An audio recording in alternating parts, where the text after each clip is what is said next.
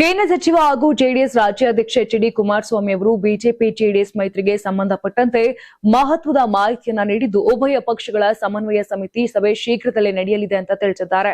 ಇನ್ನು ಬಿಜೆಪಿ ರಾಜ್ಯಾಧ್ಯಕ್ಷ ಬಿವೈ ವಿಜಯೇಂದ್ರ ಅವರೊಂದಿಗೆ ನಡೆದ ಭೇಟಿಯ ಬಳಿಕ ಮಾತನಾಡಿದ ಅವರು, ರಾಜ್ಯ ರಾಜಕೀಯದ ಬೆಳವಣಿಗೆಗಳು ಹಾಗೂ ಮೈತ್ರಿಯ ಮುಂದಿನ ಕಾರ್ಯತಂತ್ರದ ಕುರಿತು ಸುದೀರ್ಘ ಚರ್ಚೆ ನಡೆಸಲಾಗಿದೆ ಎಂದು ಹೇಳಿದರು. ನಾವು ಆಗಾಗ ಭೇಟಿ ಆಗ್ತಿರ್ತೀವಿ. ವಿಜಯೇಂದ್ರ ಅವರೊಂದಿಗೆ ರಾಜ್ಯ ರಾಜಕೀಯದ ಹಲವು ವಿಷಯಗಳ ಬಗ್ಗೆ ಚರ್ಚೆ ನಡೆದಿದೆ. ಇನ್ನು ಸಮನ್ವಯ ಸಮಿತಿ ರಚನೆಗೆ ಸಂಬಂಧಪಟ್ಟ ಪ್ರಕ್ರಿಯೆ ಬಹುತೇಕ ಅಂತಿಮ ಹಂತದಲ್ಲಿದ್ದು, ಶೀಘ್ರದಲ್ಲೇ ಅಧಿಕೃತ ಸಭೆ ನಡೆಯಲಿದೆ ಅಂತ ಕುಮಾರಸ್ವಾಮಿ ತಿಳಿಸಿದರು.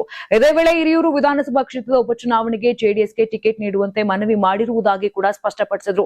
ಇನ್ನು ಬೆಂಗಳೂರಿನ ಖಾಸಗಿ ಹೋಟೆಲ್ನಲ್ಲಿ ಸುಮಾರು 30 ನಿಮಿಷಗಳ ಕಾಲ ನಡೆದ ಈ ಸಭೆಯಲ್ಲಿ ಹಿರಿಯೂರು ಹಾಗೂ ಧಾರವಾಡ ಗ್ರಾಮೀಣ ಕ್ಷೇತ್ರಗಳ ಉಪಚುನಾವಣೆ ಕುರಿತು ಚರ್ಚೆ ನಡೆದಿದೆ. ಎರಡೂ ಪಕ್ಷಗಳು ತಲಾ ಒಂದು ಕ್ಷೇತ್ರದಲ್ಲಿ ಸ್ಪರ್ಧಿಸುವಂತ 1+1 ಸೂತ್ರದ ಬಗ್ಗೆಯೂ ಸಮಾಲೋಚನೆ ನಡೆಸಲಾಗಿದೆ.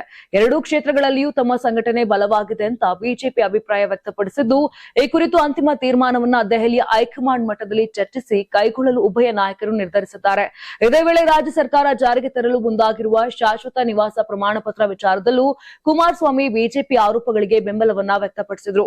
ಈ ಪ್ರಮಾಣ ಪತ್ರದ ಮೂಲಕ ಅಕ್ರಮ ವಲಸಿಗರನ್ನ ಸಕ್ರಮಗೊಳಿಸುವ ಪ್ರಯತ್ನ ನಡೆಯುತ್ತಿದೆ ಅಂತ ಬಿಜೆಪಿ ಆರೋಪಕ್ಕೆ ನಮ್ಮ ಸಹಮತವಿದೆ ಅಂತ ಹೇಳಿದ್ದಾರೆ. ಇನ್ನು ವಿಶೇಷ ಮತದಾರರ ಪಟ್ಟಿ ಪರಿಷ್ಕರಣೆ ಪ್ರಕ್ರಿಯೆ ನಿಜವಾದ ಮತದಾರರನ್ನ ರಕ್ಷಿಸುವ ಉದ್ದೇಶದಿಂದ ನಡೆಯುತ್ತಿದ್ದು, ಚುನಾವಣಾ ಆಯೋಗ ಗೊಂದಲಗಳನ್ನು ನಿವಾರಿಸಬೇಕು ಎಂಬುದು ನಮ್ಮ ಒತ್ತಾಯ ಅಂತ ಕುಮಾರಸ್ವಾಮಿ ಈ ವೇಳೆ ತಿಳಿಸಿದ್ದಾರೆ.